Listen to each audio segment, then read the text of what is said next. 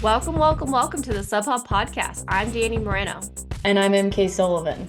And today we are super stoked to be sitting down with Sara Alonso, the ZEGAMA champion, for just a short little interview, but we always love sitting down with Sara. She recently just had an amazing day this last weekend, running 4:27.25 to win basically not in her hometown, but in her home country on a course that means a lot to her. And so we had a great time talking about her journey to the race, as well as her strategy and what she's doing next. Yeah, Sarah's one of our favorite athletes and just friends. She wears her heart on her sleeve. So if you want to feel inspired and feel a little bit of heart melt today, like this is definitely the episode for you. Talking about ZEGAMA, we did want to give some shout out and love to the runners who absolutely smashed it out there. On the women's side, of course, we have our champion, Sara Alonso, who won in 4:27.25.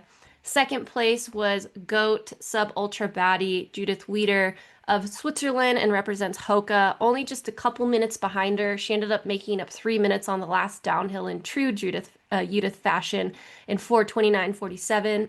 And in third place, in her second ZEGAMA, once again on the podium, another Spanish star, Malin Osa, runs 4:31.18, running her way onto the podium in the latter half of the race once again. This girl just seems to have this course figured out. Fourth place was Rosa Maria Lara Feliu. This is another top five for her, 4:32. In fifth place was Therese LeBoeuf, another top five. This might be like her fourth top five. Another person who has this course figured out, 4:33.29. Sixth place, Ikram Rarsala from Spain. If you haven't already, check out our SubHub headlines where we interviewed her earlier this year, where she ran a wicked fast marathon. She ran 4:37.39. And then seventh, Ida Amelia Robsham from Norway, 4:38.41. Oyana Cortazar in eighth place, 4:42.59. She's won the race before. Ninth, Patricia Panetta, another frequent top 10. These Spanish women just know how to run this course. It was the year of the Spanish woman on this course for sure. 4:44.22. And 10th place, someone else who we've interviewed in our SubHub headlines, Marta Martinez of La Sportiva, also a Spanish woman, 4:44.29. So only 7 seconds between that 9th and 10th place. So yeah, if you want to know a little bit more about a couple of these women, again, check out that SubHub headlines. On the men's side, no surprises there. We had El Hussein El Azawi representing Normal in 3:43.28. Had a really good battle, actually, who was with eventual third place winner, but second place in his ZEGAMA debut, Spanish runner. Just assume more times than not, I'm going to say Spanish runner, Andrew Blance. I believe he won Sierre Zinal a couple years ago. Just need to fact check me. In 3:50.53. Then we have third, Daniel Pettis. I think this was his race. Breakout day. Yeah, we've been talking about Daniel Pettis for a little while now. He's been knocking on that door, and homie was bringing it to El Hussein through that first half of the course. And yeah, landed himself on a historic podium in 3:51.40. Fourth place in this month's SubHub headlines interview, Skyrunner star Luca De Pero, 3:54.19. Fifth place, Lorenzo Beltrami, another Italian star. So Italy went 3-4-5 on the men's side. That's huge. 3:54.58. Sixth place, Thomas Cardine, French runner for Kip Run, 3:55.34. Seventh place, no other than Antonio Consistent Martinez, Spanish runner for ASIC, 3:56.42. Eighth place, Nicolas Molina, Spanish La Sportiva runner, 3:58. Ninth place in his first race back to the Golden Trail World Series, since being I forgot what that word is, but Stian Ingerman of Norway, 3:59.46, and then 10th place, rounding out the top 10, Marcin Kubka, also Golden Trail runner frequent, Polish runner, 3:59.50. So yeah, it was a great day, great conditions, sunny, awesome. And we didn't go too into depth with it, but with Sara, if you can, take a moment to go check out her Instagram post of the long journey she had back to this race. She was third, breaking the course record that same year. And then she had a pubic stress fracture, and then she had pneumonia, and then she made her way back and won this race. So it was quite the journey back. Yes, and just to follow up, Andrew did win Searles in 2022, and he really Yeah, went for it here at Zagama. So he's proven his chops on a very runnable race. What runnable? Still a double VK in the beginning, and a very technical race. Second place at Zagama to El Hussein is pretty crazy. pretty crazy. Yeah, no, definitely. But yeah, so Sarah was traveling home from the physio on during this interview, so we lose her service a couple of times. We tried to edit it as best as possible so that it is easy for you guys to listen to. But yeah, hopefully you guys enjoy this. But before we get into the episode, just a reminder that Sunapee Scramble is happening this weekend, and they will have Never Second out on the course. If you haven't already listened to our preview for Sunapee Scramble, go check that out. Danny and I talk a little bit about what we would do if we were running that race with our Never Second, but let's just do it again. Yeah, and what's funny is I think we based it thinking the race was longer than it was because we both were taking like a lot. So if we were to edit it, because I'm guessing now we would run closer to an hour versus 2 hours. Oh my gosh, yeah, I was like, I'm gonna take in 90 grams each lap. Um, if it's yeah, so I think each lap I would aim for 60 carbs. Yeah. So I'd probably do 2 scoops of C30 each lap and then probably carry one what's it called? Caffeinated gel with me to maybe take like maybe one on the start line and then maybe one like coming through the second lap. But that still feels like a lot. Kind of a backup. Yeah, it'd be more of a backup. But I think Yeah. the way to go is to drink because you're just running so fast. Yeah, I still think it's important for sure to get in a bottle a lap, but a little bit less carbs than we originally talked about. But if you guys are out at Sunapee or you're not at Sunapee and you really want to try more Never Second, make sure you guys head to never2.com and use our code SUBHUB25 to get 25% off on your purchase. And enjoy our episode with Sara Alonso.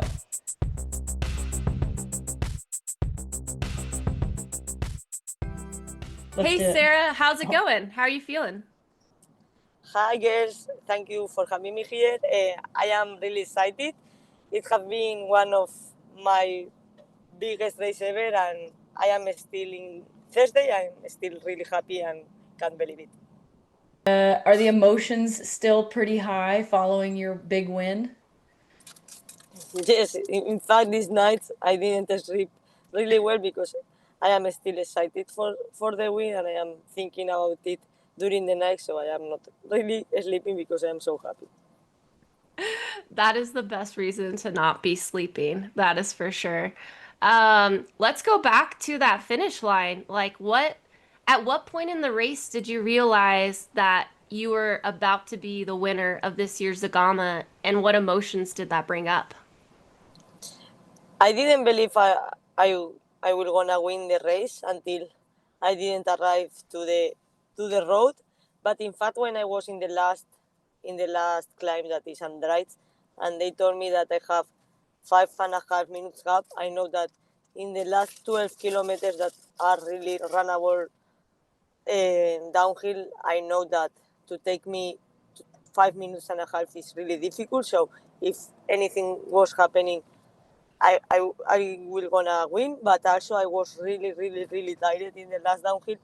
So until I didn't arrive to the road, I didn't believe it. I love that. So, for anyone who has been following you over the last several years, it took a journey to get to this start line and to this finish line. Did you feel a deeper connection to the race this year, having had to fight so hard to get here to begin with? Before the start, I was the last week, the last month, super excited, but also super nervous about the race because after the last year that I didn't get the start line 1 day before the race, I was thinking all the time that something can happen until the last moment. So I was nervous for everything, for injuries, for COVID, for gastroenteritis. Everything was like in my mind. It was a little bit panic. But once that I was in the start line, I was like really, really happy just with the race, and the race was the perfect, and it was a beautiful day. But the last weeks and months were a little bit stressed. I can definitely relate to that. I feel like the first race back after such a long journey, you're just like holding your breath, like, is something gonna happen?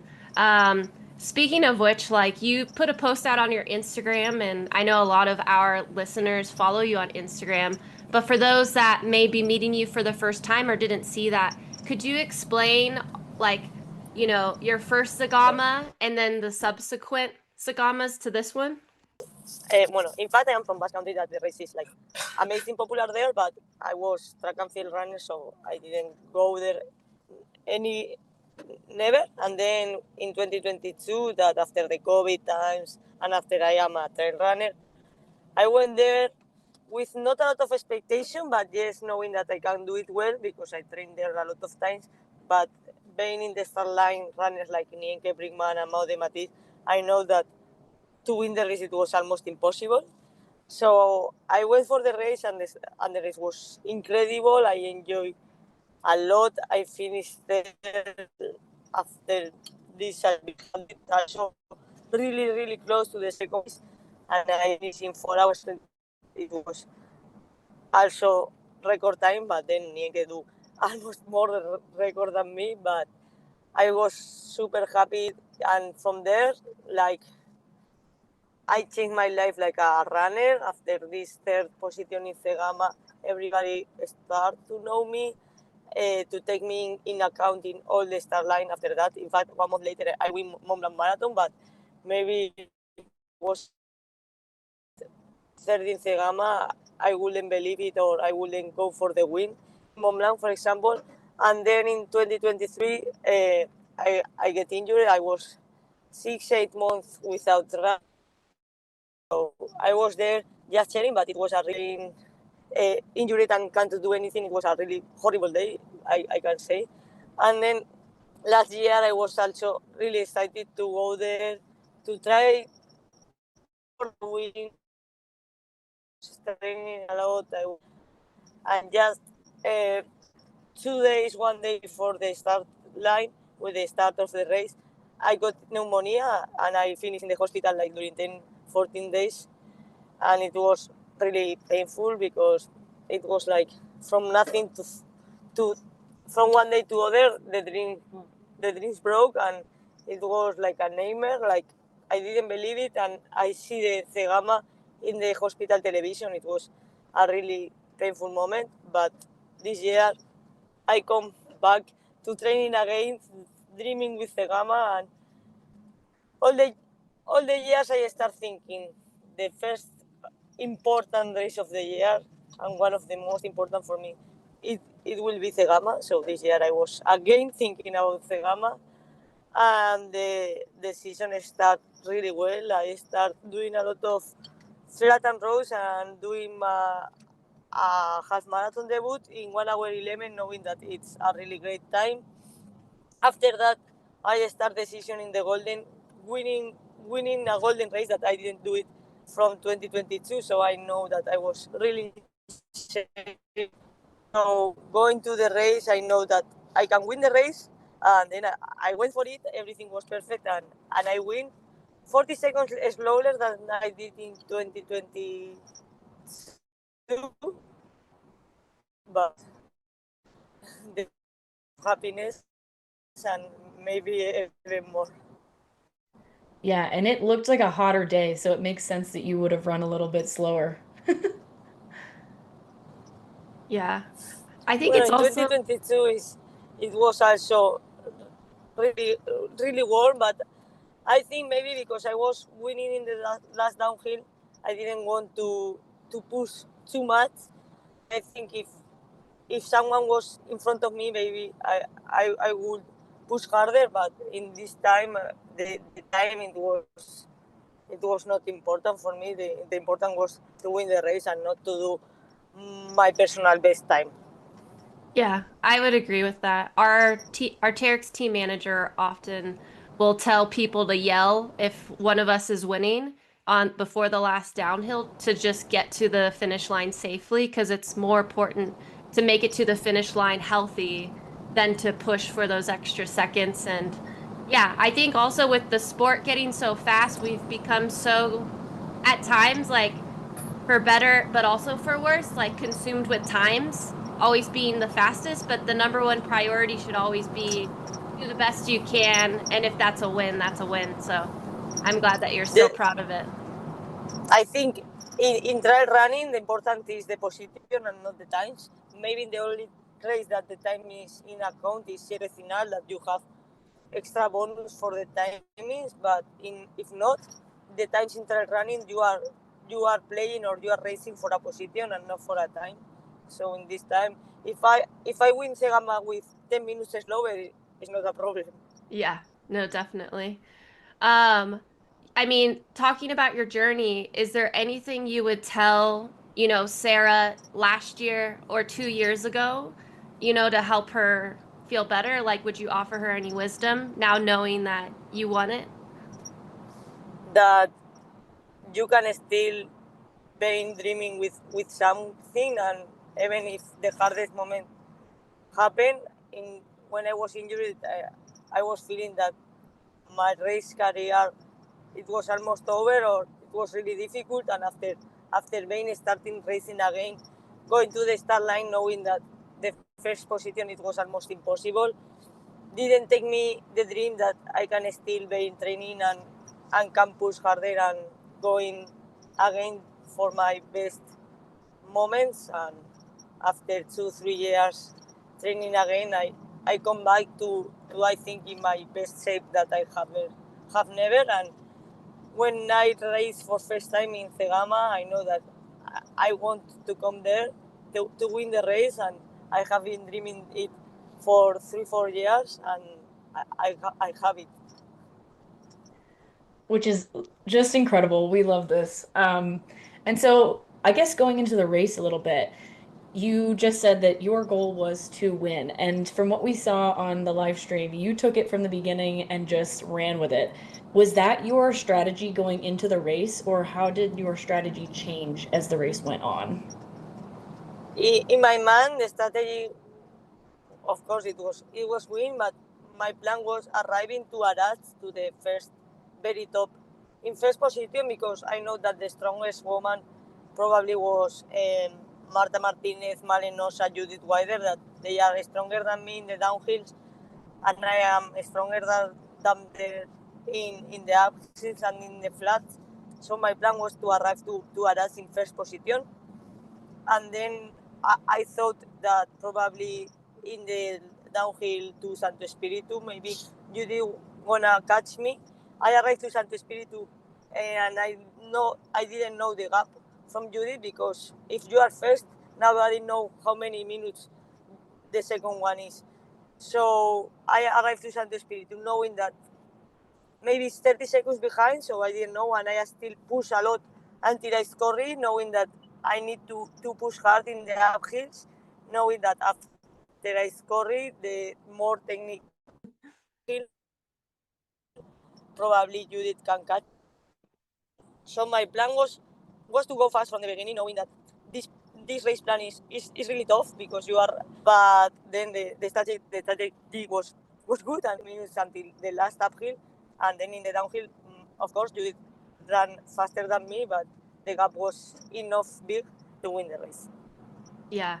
Yeah, you saying that you had 5 or so minutes before the last downhill, but of course you were protecting your position. It does seem like she did make up some time. Um, it's so funny for me to hear you say that you're not the best downhiller because I consider you one of the best downhillers in the world, especially even against those women. But I think it's all perception, right? And like figuring out what strengths we're going to lean into on the day, depending on the course. And even Judith Weider, who we consider one of the best of all time at these shorter races, she made a post on Instagram that said that she thought this race was really technical, which it just blew my mind. I'm like, I need to give this race even more credit than I ever thought. For If real. if Judith the Queen is calling this a very technical race. And so, which part of the race did you find the most difficult, and which part of the race did you feel the best and it was felt the easiest? Okay, thank you for thinking that I am one of the best downhiller. In fact, now that you say, I feel like I am not really good in the technical terrain on the downhill, but then if I see the Strava segment, I did the second or the third fastest time, so I can say that then if I am with the adrenaline, I can push hard in the downhills, but I know that Judith is the best one or one of the best, so I am not good downhiller comparing to Judith, I can say. But the best time I think, or it was all the first 1 hour, 2 hours, because you are pushing, but you are in a comfortable zone because it's the first 1, 2 hours of the race, and of course the worst part and the most painful part it was downhill because you are leading all the race and you are really stressed that you can't lose the race now after being leading from 3 hours and a half. Now is the time that you can't be second, like you must finish first, and I was really tired in this point of the race, and it was never in the finish line, and I was only dreaming, please, I want to arrive first now, I can't lose the race, and this last hour it was really painful. Well, just a couple more questions because we know you're a little busy right now, but we want to know what it was like to share the podium with Malin because she's almost like your little protege, two Spanish women on the podium. Tell us a little bit more about that. Yes, from a Basque girl, ZEGAMA is really important race, and we were speaking during the week. Like for us, it was really stressful because all the week in all the medias, all the people was speaking about ZEGAMA, but in Basque Country, even more. We would have interviews with the Basque TV, with the Basque radio, with the Basque newspaper, and it was really stressful for both of us. And also, we know that it's really a special race for us, for our family, for our friends. And in the kilometer 10 or something like this, there was the Malen's brother, and I asked, how is Malen race? And he was like, he's thinking that maybe he's not finishing because crowns, and I was a little bit sad about it. But then her brother was in the last climb in Andrade, and he told me like, Males is moving in third position, and in this also gives me a lot of motivation to push hard in the downhill, just for me and also for Maren. And once that I arrived to the finish line, and in the television was telling that Maren is coming in third, it was really happy moment. And then she arrived, and we were one of the most happy persons in the world in this moment. I mean, I can only imagine. That's crazy. They talk to you every month before the race. Not every month. No, during the last week, all the media of TV, radio, newspaper, it's crazy. But Wow. during the last week, Oh, yeah, last week. the last week, Gotcha. all the Instagram, it was speaking about ZEGAMA. Like Wow. I wanted to disconnect it about ZEGAMA, but everything was ZEGAMA in my mobile phone. Yeah, that's crazy. Yeah, that's a lot of pressure. I mean, kudos to you guys for just like being able to block it out and execute. That's an incredible skill to be able to do that. Oh, I think we should just wrap it up by asking you what are your goals for the rest of the season? You've already won Kobe, you've already won Zagama, and it's only May. And you're So, and you're and you're leading the Golden Trail World Series yeah. now. So the world is your oyster. Sarah, what do you want to do? That is almost May, and I have a really good performance this year. In road, I have 1 hour 11. That is nothing compared to road runners, but for me, it's really important. And then being leading in Golden Trail Series with first position in Kobe, with first position in Zegama, and with fourth position in China is something really huge. And I think Yeah. it's gonna be difficult that someone take me the lead. So it's really cool. And now I gonna take a break, and then my focus in the summertime gonna be OCC in UTMB, the world champs, the marathon distance in Canfranc, and the golden. That it sounds a little bit scary because there are really 3 big goals, but we're gonna see how is the season going. Yeah, and I know you said that your time isn't quite like with the road runners, but it is. Yeah. And you're one of the fastest trail runners who has ever run a half marathon. So I think you are right, regardless of what your time would have been, to be proud of yourself. But yeah, that's exciting. I'm really glad you're taking a break. I think that's really, really smart to like break up the season like that. Yes, we speak with my coach and we say, okay, we're gonna do like 2 seasons. The first part of the season that it's gonna be to do 3 races in the golden, and in the second part that it's gonna be OCC and the world champs. And also in training means the first part of the season is going fast races like 2-3 hours, ZEGAMA a little bit longer, but then OCC and the world champs is gonna be a races about 6 hours, so the trainings are difficult, with different, so it's smart also to separate like that. Well, we are very excited to see how the rest of the season goes. And we really appreciate you taking the time to hang out with us for a little bit today. I know you've got a lot of interviews. Spanish star over here, Sara Alonso. Yes. Thank you. Awesome. Well, enjoy the rest of your day, Sara. Enjoy your break. And we're excited to see you back in action, starting at OCC. So no races before OCC. So no races I will before run OCC. Sierra Final, like. Oh, okay. Oh, cool. Maybe Sierra Final I will race just to do any international race with a lot of level. To know how is my shape going to OCC, and also having a VIP is also a good training for a big race. So I want to race in Sierra Final, but not like a goal, but just like a race that I want to do before OCC. Well, there's a lot of history of women running Sierra Zinal and then winning OCC. So I think that is a great decision. Thank you. Yeah. All right. Thank you, Sara. This has been the SubHub Podcast, brought to you by SubHub Podcast. Thank you guys for having me here.